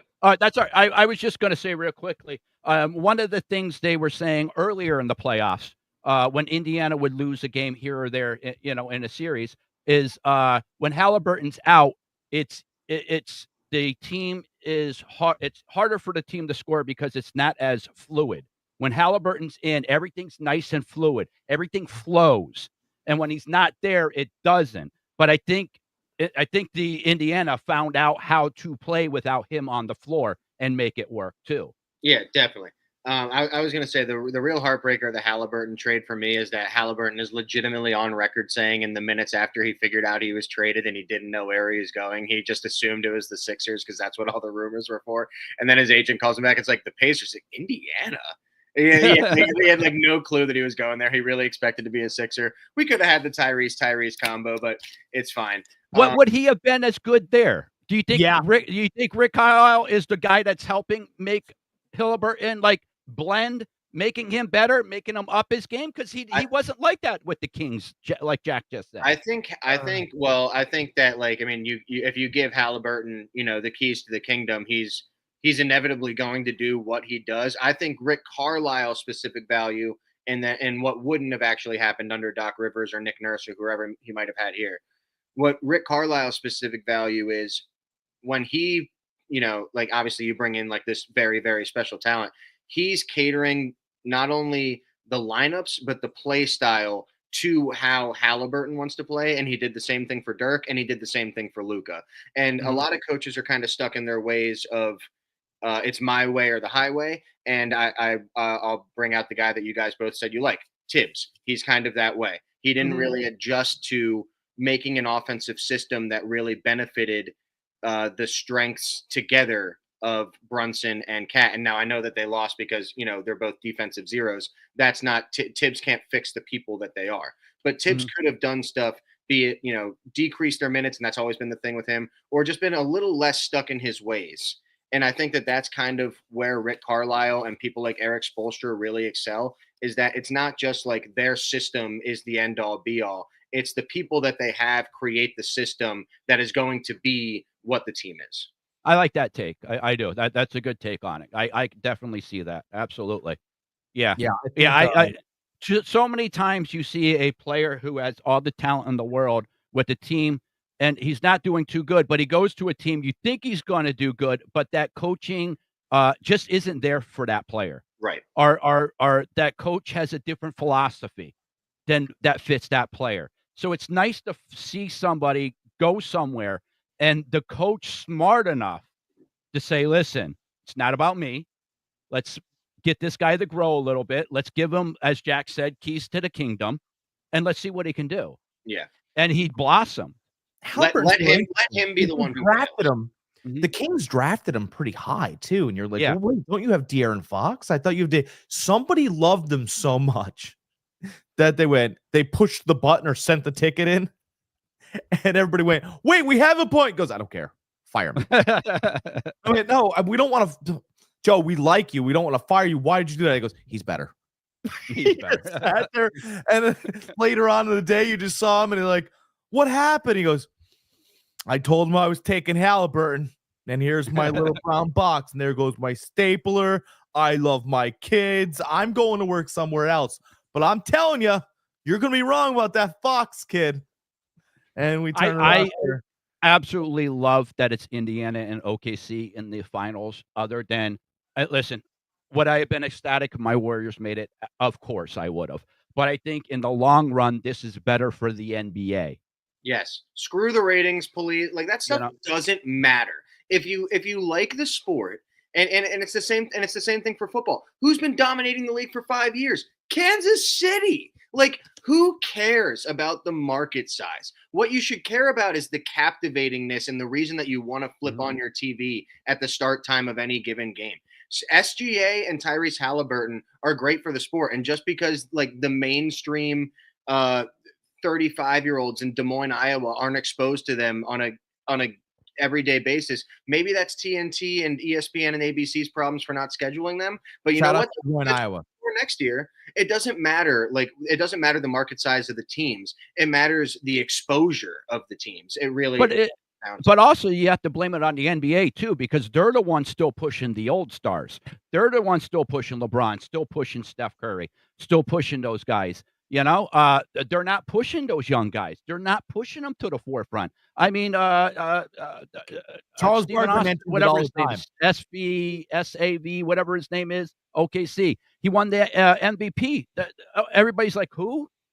Like, who is this right? guy? And you know that is an issue that probably should look to be mitigated going forward. Like you want to see more Wemby on your TVs. You want to see more Anthony Edwards and people like that. Maybe that's where the market size thing comes in. But like what should really like not matter is like when you get two teams in the finals, you have to expect that there probably is a reason that these two teams are there and they're worthy of your time to watch them. And then you create like new fandoms of new players, of new experiences, of new styles, and that's what really carries it forward. If the Pacers and the Thunder are really, really good teams still in 2030, nobody's going to care about how big OKC and Indiana are. They're going to care about how these teams have been really, really good for 5 or 6 years.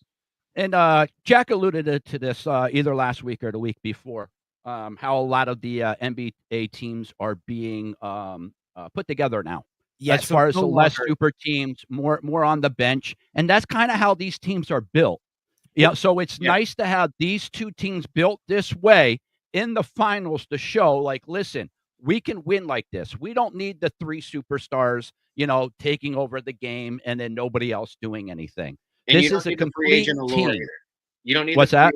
You don't need the free agent allure either. Like, we can do this organically. Yeah. Yes. We finally got super teams. Like we didn't have they were three superstars and put a team around them. That's not a super team. You guys just deem them super teams. It's a super collection of talent. A super team has you can almost interchange players or 5 guys on either. You can almost go 10 guys deep and interchange them like hockey lines now. That's a real super team. I've got 10 guys on my bench. Use them all, Tom. Yeah, we talked last week about the Warriors when they won their first championship with Steph and Clay and all them. Strength in numbers. I mean, their bench could have started for most teams in the NBA. Yeah, I love Leandro Barbosa. I love Lexington. What was his name? Livingston. I always screw Livingston. Yeah, I always screw his name up. But I liked him when the Knicks drafted him, though. Like, I really thought he was going to be something. And then he blew. Yeah, the knee blow. It's one of the worst videos. Like that. That is. I know. But it was nice to see him come back and have such a good second part of his career with the Warriors. Yes, really was. I mean, coming off the bench. I mean, Jack. He nailed it the other day. The guy not during a game, but during practice, he hit 100 mid-range pointers and 100 mid-range shots in a row. Like, that's just him. He was king of those mid-range. Yeah, he was awesome. Yeah. Yeah. So we're talking about the Knicks. I guess this is an appropriate time to bring up Tom Thibodeau. And yes. I have a take, and I think I know what happened. All right. This is what I wanted to. Me and Jack are huge Tibbs fans ever since the Bulls days. Yeah. I thought he did a great job with the Bulls with the whole Derrick Rose thing, Noah there and everything. Killer years. Defense. I mean, couldn't tell you how many games I've seen in the 80 to 90 range score-wise. Yeah, they didn't score 100 points, but defensively, they were a juggernaut. And that's one of the things I liked about Tibbs. And to his detriment, too, is the way he coaches.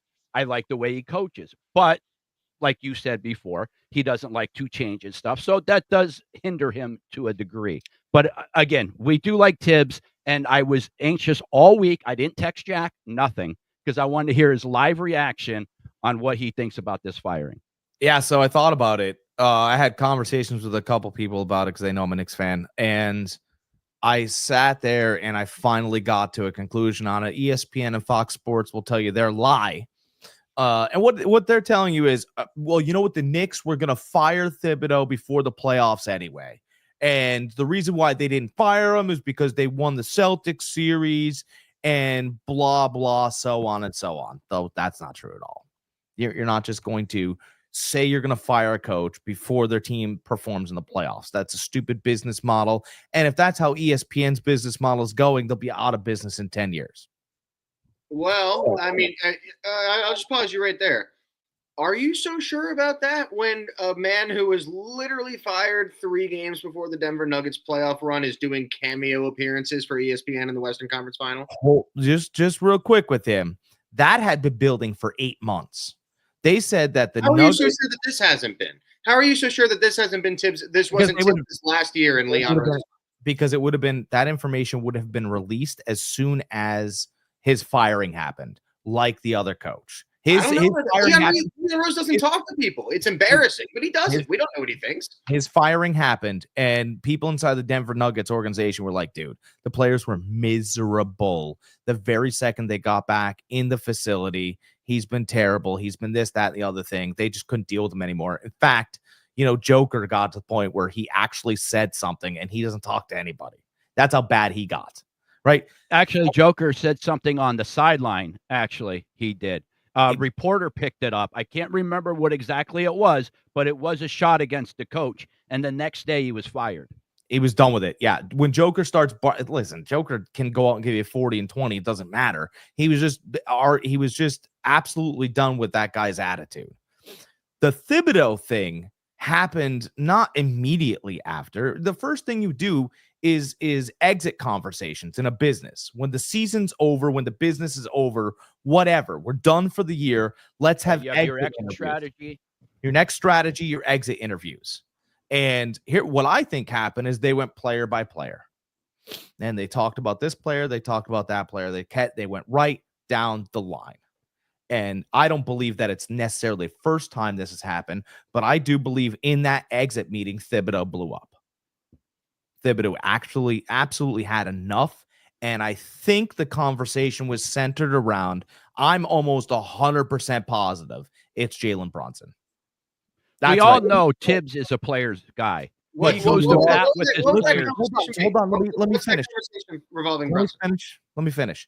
Jalen Rose was his guy he went to bat for. Or not Derrick Rose. Derrick Rose was the guy he went to bat for, right? Let's not pretend like Jalen Brunson looks a lot different than Rose, because he doesn't. He's 6 foot, all heart, not the same athleticism, but he looks the same. Okay. And they mentioned Jalen Brunson, and he started blowing up because they thought, well, maybe if we can move Brunson, because let's be honest, Brunson is not better than Halliburton. Maxey's getting better by the day. He's only Maxey's not close to Brunson. He's a lot closer than you think. He's a better defender. I cover the team. He knows he's got it. That's fine. He's a better defender than Brunson is, and I don't believe that Brunson. I don't think Brunson's a lot better than Pritchard. What I think Jalen Brunson is what James Harden was in Houston.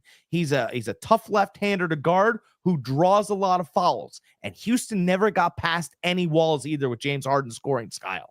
He doesn't make players better. He dribbles the air out of the ball.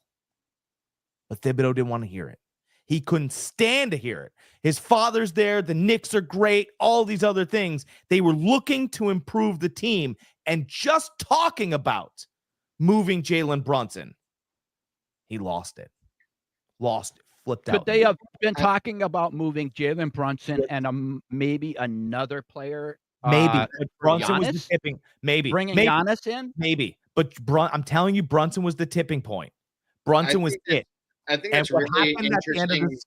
What happened at the end of this blow up? Conjecture, because we'll never ever actually know. Because like I said, Leon Rose doesn't do interviews. But I think what happened at the end of this blow up is they went, Dave, Joe, out in the hall. No, Tom, you can stay. And they sat him down. They went, look, that's not how you conduct yourself in business meetings. This isn't the first conversation we've had with you. And Tom went, but we're not doing Jalen. They go, Tom, you're fired. You don't fire a winning playoff coach with intentions to do so before the playoffs start on a Tuesday. They didn't intend on firing him that day. Not one bit. There was no plans to fire Tom Thibodeau on a Thursday. The meeting went sour. Everything went south. They mentioned Brunson, snapped, and he was out of there. Or could it just have been Dolan with his big head being like, listen, it's not good. This isn't good enough. I think Dolan's in Vegas. I think Dolan spends most of his time in Vegas at the Sphere, which he owns. Because he is back making basketball decisions. Yeah, I think it's interesting that they say that. I don't know if he's necessarily taking care of all the exit interview. I don't know. But the only thing that I could come upon is that Brunson is his ride or die. And they brought him up. The decision and the conversation started going away from him. He started making a power move, and they went, goodbye, Tom. So I think this is it's a very interesting theory that I'm so shocked that you had so layered for almost nothing being like leaked of anything like your boy? How about your guy, huh? I think for you. I think the pretty realistic kind of side of this. I think the very realistic kind of side of this is like, look, front offices don't fire themselves, right? The only way that William Wesley and Leon Rose is going to get the boot is from James Dolan. And they are the ones who created the mess, and James Dolan isn't ready to get rid of them. So then what do? You have to then, as the GM, look for the next path. So William Wesley and Leon Rose, they trade their entire future for Mikal Bridges. They trade more of the future that you didn't even know they had, and some of the present for Karl Anthony Towns. You're locked into this team. You are locked into this team. But what's so bad about that? They had their best year since 2003. Well, here's the thing. There's nothing wrong with the current construction of this team. The thing is, Coach Thibodeau isn't the one that's going to bring them a championship. And if William Wesley and Leon Rose think that this is the final iteration of the team, which it kind of pretty much is, because they've depleted all of their assets. They can't make too many more moves. They can't make too many more moves. Then they need to find the guy who's going to put them over the top. And maybe if you keep Tibbs, then I don't think Brunson is ever being talked about on the table from any of these Knicks higher ups. I think the one who's being talked on the table is the common denominator from Tibbs is also last stop, Karl Anthony Towns. Karl Anthony Towns has now gotten Tibbs fired from 2 locations. And I'm not saying that Karl Anthony Towns has gotten him directly fired, but I think the unwillingness to be able to work around Karl Anthony Towns' limitations is part of the reason that Tibbs is gone. Karl Anthony Towns is an awesome offensive player. He is a defensive turnstile. Jalen Brunson is an awesome offensive player. He's a defensive turnstile. And if you don't have the players and the pieces to make the right moves to surround those guys with the players who are going to mask them on defense, and it's pretty hard when you have to play them at the same time anyway, right? No matter how good the 3 defenders are around you, you can't make up for 2 black holes on defense. Then you have to stagger the minutes, yada, yada, yada. You need a much more in-tune schematic coach than Tibbs is to be able to do that. Zach Lowe said this. This is interesting. There's a game in December that the Knicks played against the Charlotte Hornets. They won by 25. Mikal Bridges played the first 46 minutes of that game consecutively. He sat the last 2 minutes of the game in which they beat the Charlotte Hornets by 25. And that's another part of the problem. If he could play his guys 32 minutes, he'd still win 50 games with this collection of talent, and they're fresher for the playoffs. He is just a dogmatic coach and stuck in his ways, and I think that's kind of where it is. It's like the GMs realize they made this investment for Karl Anthony Towns. It's we move him, we move coach, or we move both. Moving to Karl Anthony Towns 1 year after you make that investment is them admitting they were wrong, and I don't think that they can do that. Also, you don't know what you're going to get back. Wasn't Towns more of a Tibbs move than the front office move? Say that again? Wasn't Towns more of a Tibbs move than a front office move? I don't. That's what I thought. I don't think so. Yeah, that's what I thought, because I thought Tibbs wanted Towns because he could do a little bit more offensively. I mean, the offensive part, sure, but I think Tibbs also knew that, like, I mean, he saw that playoff series against the Rockets, right, when he was the actual coach of the Timberwolves. Like, that, he's not cut out for the style. Yeah, of but I playoff think basketball. he had enough defensive pieces around him that he was able to deal with his uh, defensive play and lean more on his offensive play. Well, I then wonder. maybe you have to get the proof of concept that it doesn't work with him and Jalen together, which you then get this year. But then it goes back to the other points of, like, we have nothing, really no bullets left in the holster to be able to improve this team. Mm-hmm. So the only organic thing that we can do is take the guy off our books who doesn't count towards our cap space and see if we can get a better one in there. See, that's my whole thing, is that I think that this is this team's ceiling, and he loves Jalen Brunson to a fault. I totally agree that I think I don't think that they're going to win a championship. I think this is their ceiling. But again, as a Knicks organization, isn't this way better than the bottom feeders that you guys were for years? Yeah, well, it is, but again, I don't think, you needed a buffer. That's what you really needed. You truthfully needed a buffer, and maybe the buffer in this case was Jalen Brunson's father, which wasn't a great buffer, right? If he's on the coaching staff and he's a buffer, that's not a great buffer. Larry David used to blow up at meetings all the time, but his buffer was Jerry Seinfeld. The show's name was Seinfeld. How about the buffer being some insurance? If you trade 3 first-round picks instead of 6 for Mikal Bridges, then you have a future to look at. I get it, but you needed a buffer for Thibs. You needed a book because he's always, and he's lose out. His hair hates him. His hair is leaving his head by the set. I mean, mine's leaving, but his is leaving. His entire head coaching career, he hasn't had a buffer. He's been the same dude. You just need but that's where you need a mom somewhere. You got the strict dad that's always yelling, and then you need the mom to come along, kind of smooth things out and say, no, this is what he really meant by this. So Seinfeld used to be in meetings all the time with David. David would stomp off. I'm not changing anything. He'd take the elevator downstairs, sit out, and he'd sit out on the park bench. And they'd go, Jerry, I know that he's your buddy and he writes with you, and he goes, no. He didn't mean that. We're good. And they go, you're going to work with him? He goes, yeah. I work with this. This is how we work. And they went, okay, well, we're good. We'll sign him to another contract, and he'll change some things. And Jerry goes, yeah, he wants to change. And he'd go downstairs. He'd go, Larry, you got to change some stuff. He goes, yeah, I know, but if I tell him to change some stuff, they'll want me to change all stuff. I got to be the bad guy. You're the good guy. Jerry's like, oh my God, Jesus, this guy's crazy. Thibs needed that guy. He needed he was given too much control. But he doesn't have that guy. And Liam's what he just said, he never had that guy. The Knicks should have put one in charge. But they should have given him a friend. You can't expect a team owned by James Dolan and run by a ghost to put that guy in. The face of the team, yes, the face of the team is Brunson, but like the voice of the team is Tom Thibodeau. And the voice of the active voices of NBA teams that really should be successful are the GMs and not the coaches. And now there are some deferring examples there. Like Eric Spoelstra is the face of the Heat organization. You know what? They also have Pat Riley. But like Kerr. Well, now we got a real problem. Now we got a real New York problem, right? Because they threw out the rumor. I guess there was a rumor they were going to throw this out there anyway. Jay Wright's not interested. Yeah, he's not interested. Jay Wright was never. That was never ever going to happen. No. I know. Yeah, he said that was never on the table. It was never on the table. New York put that out there so that the fan base will stay quiet over the weekend while they're losing games to the Red Sox. I'm just saying. Mm-hmm. They also put that out there to put some of the fire off of Josh Hart, just so you know. I agree with that. So the Knicks are kind of putting rumors out there. The Knicks have 0 real prospects. They have 0. Oh, we're asking to talk to Jason Kidd. You're not going to talk to Jason Kidd. You're not going to talk to anybody. I cannot stand Nico Harrison. Why would he allow that? Why would you allow that? You fired a coach that was successful. That's what you did. Let's start there. You fired a coach that was successful with a successful team. With no backup plan. And everyone in the media, I consider us in the media. Everyone in the media knows that you don't fire somebody on a Tuesday with intention.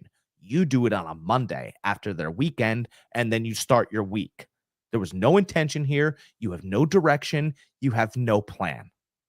The one name I heard floating out there was Dan Hurley from UConn. So I thought Dan Hurley maybe, and this is why I thought Dan Hurley maybe. I think that would be a good marriage right there. I really do. The Knicks would buy Hurley out of his contract. They would do that. Dan Hurley would have access to the scouting in that area with his father. That was his one thing. What happened with his brother, Bobby? Remember, Bobby was very good at Buffalo, went out to Arizona State, and all of a sudden he knew none of the scouting guys because his dad owns some of the Northeast prospects. Okay. Old man Hurley owns some of the scouting up in the Northeastern. Okay. And when Bobby went out to Arizona State, he had to start all over. He didn't know that was going to happen. It doesn't matter. He went out there for better weather. But Dan Hurley won't leave the East Coast because his wife is from New Jersey, and that's their whole little niche right there. And by the way, keeps him close to Papa Hurley as well, so he can find those prospects and still get those, old good guy phone calls. Right. So if Dan Hurley went to New York, you would essentially be getting Tom Thibodeau again. And to some regard, that's why they can't hire Mike Malone either, right? The name that makes the most sense is Taylor Jenkins, the old coach of the Grizzlies. Yeah, he does make the most sense. I don't have any other names. I mean, like I said, I personally think Dan Hurley would do a good job there. Fantastic job. But again, I don't think he really wants to leave college. I think he's perfectly happy where he's at. Yeah, UConn is kicking, I believe, the basketball. It's going to be UConn versus Florida. That will begin the NCAA basketball season, which Florida just won it last year. They just signed their coach Golden to a 4-year contract, and that matchup implies Hurley's going nowhere. Mm-hmm. So I hope he doesn't. Listen, I'm a Bama fan, but UConn's my basketball team. So I hope he stays. But if he does end up going, I hope it is to a storied franchise somewhere like the Knicks or something, a team that has history, somebody that I can maybe not root for, but appreciate where he's going and not hate where he's going. You know what? Why not? Right? We're on air. I'll say it. Listen, I've been a New York Knicks fan for many, many years now. Right? I know how your organizations run. I know, James, you really don't care. Right? You care about music. That's fine. Let me at least scout basketball operations, and we can have conversations about whether we want a 6-foot guard that dribbles the air out of the ball every single time he gets it in his hands. I understand he scores 35, but he's James Harden light. Hire me. I don't want a coach, but I'll find you another coach. I'll find you better players, and you could send me on any plane anywhere as long as you pay me properly. There, that's my bid to be New York Knicks scout. I'm just saying. And what you're going to get, you have that cricket sound? Can you play I have it right. That's the answer you're going to get. That's fine. That's fine. Now me and Jay Wright have something in common. You're not getting crickets because he doesn't want to answer. You're actually getting crickets because James Dolan never heard you. Yeah, he never heard nothing. I actually have crickets in my bedroom now. This is getting weird. No, it is what it is. The New York Knicks are willing to take steps backwards in order to make that fan base as passionate as Philly. I think the sad thing about the Knicks franchise is that every once in a while they end up having a good season here or there sporadically, and they always end up screwing it up. And the thing is, I think Dolan is perfectly happy having a mediocre to shitty team as long as he's still selling out MSG.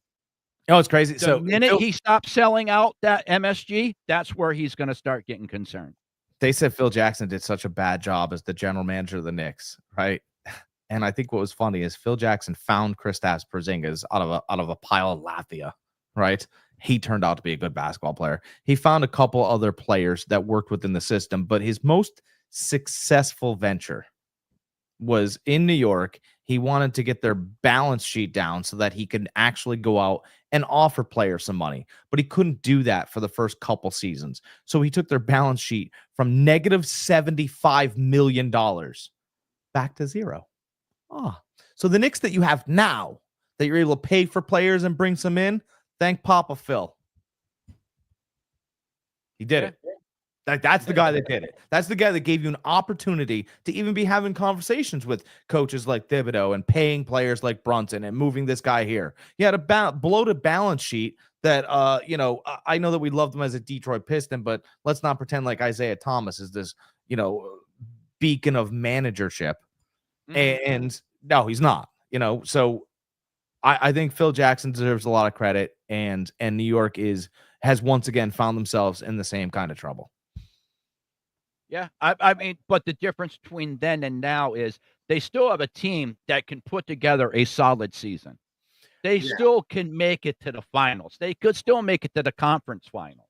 And here's an underlying factor that none of us like really mentioned is like, next year with Tibbs and relatively the same roster, you kind of have an idea of what the team might be, right? And even if your players get incrementally better, you're still at least a step behind the Pacers. But next year, there's no Celtics. So next year, that conference is you and Indiana, right? And then everyone else is kind of fighting to get up to you. Maybe Detroit makes the rise. Milwaukee's probably not going to. The Sixers aren't going to. I don't know. Really, the Cavs are still probably going to be pretty relevant, right? But they might look to trade Garland. Who knows? And who knows what the makeup of that team looks like. The Knicks really have to think like, okay, again, we don't really have the future here. This window's open, but that window's really open next year. And if we think that we have, or if we think we know what the maximum of this team is with Tibbs, and we think that we can win it all next year with relatively the same pieces because of the diminishment of the East, then you have to make the move. Then you have to justifiably tell your fans like, hey, we are going to try something different. If it backfires, it backfires. We can have that conversation a year from now. But if the window's as wide open as they believe it is next year, and in a conference that might just be them and the Pacers fighting for it again, you got to try something different if you already know you're a step behind the Pacers. Yeah, if they miss the playoffs next year, though, they're going to be crucified. And I wonder there's no chance of that unless they get hurt. Oh, I'm just saying, if they do, if this turns around and ends up blowing up in their face, becoming some big disaster like the Bulls did, that's what happened with the Bulls. Bulls imploded. They ended up sucking for how many years after Tibbs was there? Yeah, I'm just saying, if the same thing happens there, and there's going to be a lot of head turns. Thibodeau would deploy a general, right? And his general was Rose. Rose got injured. The second in command was Joakim Noah. And they were still able. I mean, Tibbs' message to the team was, hey, boys, let's go out there, and I'm going to play whoever's going to go out there and knock off this $100 million team. I mean, Thibodeau doesn't give a rat's ass. Right. He sends his team for which, and those players for which he believes, he sends them to war. I mean, that's really what he does. And that's part of his detriment. That works to his detriment. It does. But I do believe that, I think that the Knicks are going to be looking around for a general next year when things get tough, and they're going to go, there's no general. Where is he? They only know how to play that way now. They only know how to galvanize with Tom screaming. Like when he's like, and the voice is gone. You're going to have some cupcake in there or some guy in there saying the same things without, Tom would have a heart attack on the sideline. And his last words would be, go beat him. Like, he's nuts. And you lose that. You lose that. That's why whoever you bring in has to have some kind of cachet. Totally. Has to have some kind of cachet. But, also you can also at least rely on the winning DNA that you have in the roster. OG Anunoby's a champion. Hart and Brunson are college champions, right? And they've had enough success in the NBA. Mikal Bridges is another college champion who's played in the NBA finals before. Like they had success. The generals and soldiers are there. Like you don't have to have the drill sergeant of Tom Thibodeau. You have the general named Jalen Brunson. You need somebody to be able to like open up that battlefield and make them see the light at the end of the tunnel. It's not just basic training every single day we go to work like it is with Tom Thibodeau. My last thought on the reason why I picked Brunson, and I think he was a center point and a focal point in the exit meetings, is because they watched Tyrese Halliburton dog walk him. They watched Brunson score all these points, and Halliburton was really in control the whole time. The whole time, Tyrese Halliburton was like, go ahead, burn yourself out, little guy, because I'm going over here and I'm going over there. I like Halliburton because to me, he reminds me of what Lonzo Ball's ceiling could have been. He distributes first, moves second. Like people go, oh, all ball pushes the ball when you least expect it. And then he runs an offense, whether you want to call it the triangle, the Tex winner, whatever you want to do. What he does is he's a distributor first. He'll find his points when his guy starts to get tired. And he dog walked him. And again, Jalen Brunson's ceiling is what James Harden did in Houston. I promise you, that's how this New York Knicks story is going to turn out. And then they will get rid of everybody, and then they will start over again. And this won't even rival the Patrick Ewing, John Starks years. That's all. That's the rest of what I have to say on the story. Yeah, I got nothing else to really. I put in everything I pretty much could put in on this whole Knicks thing. Like I said, I love Tibbs. I've always have. I see why they got rid of him. I just hope it doesn't backfire for him, because let's face it, just like when the Lakers are good, when the Knicks are good, it's better for the NBA. They're a storied franchise. Definitely. Sure. So yeah, I think that's about all we got this week, right? Anything else? I think that's all I have. Baseball? Any baseball? Any type of baseball before we news? get out of here. That's right. I appreciate it. Every once in a while you ignite my fire. All right, here we go. I cannot, dude. I was so mad yesterday. I almost got thrown out of work. I watched Rafi Devers, that fat tobacco chewing maniac. No, he ran bases yesterday worse than Babe Ruth. Right? He's guessing on first. Barely got to second, and he got to third. Fantastic. Anybody else, including myself and you two, we would have found our way home. Not Rafi Devers. Nope, can't find his way home.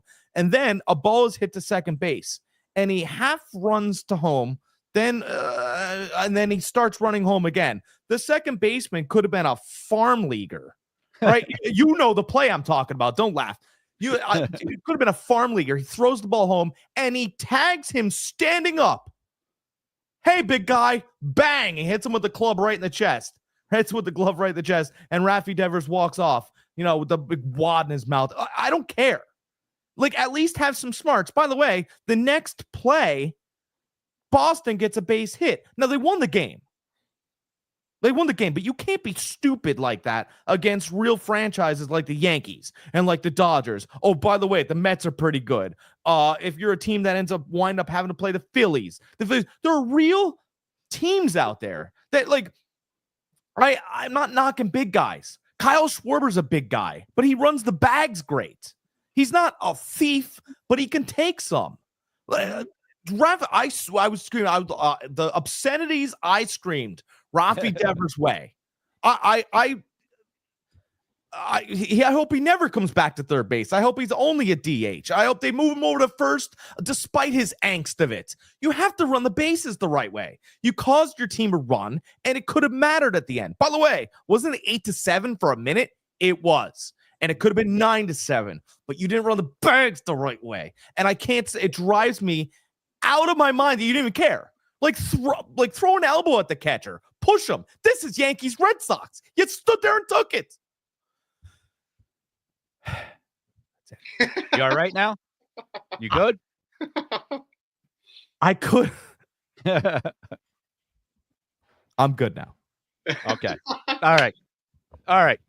My baseball news is I fought back in my fantasy league to 500. I'm losing to Jack by a point right now.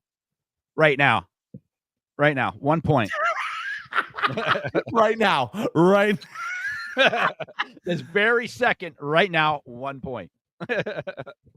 So that should change later. But yeah, that's about all I got for baseball. Oh, and my White Sox beat the Royals 4-1. Go White Sox. Yeah, and I started the Royals pitcher. Make me happy again, and that's about it. What's happening again? I'm waiting for the Phillies to make me happy again, and that's about it. Dude, it's been a rough 2 weeks for him. I screamed Schwarber's name so many times. Like 3 years for me. What are you talking about? Brother, I screamed Schwarber's name. I was like, Schwarber can do better in the bags. Schwarber can do better in the bags. Somebody across the bar goes, "Are the Phillies playing?" I went, "Oh, shut it." All All right, guys. right. Well, I think that's it. Liam, you got anything to tag? By the way, everybody out there, it was fun having Liam with us, right? Liam Absolutely. Sags. That was fun Absolutely. having you on a Sunday. Much appreciated. Anytime you want to come on, hit us up and we'll have you on. You're Please. in, baby. Let's ride. You know? All right. Anything else, guys? Nope. Thanks for having me, boys. Absolutely. Anytime. And guys, as always, we appreciate all your support over here on YouTube, on Facebook, on Twitch. And as always, be excellent to each other.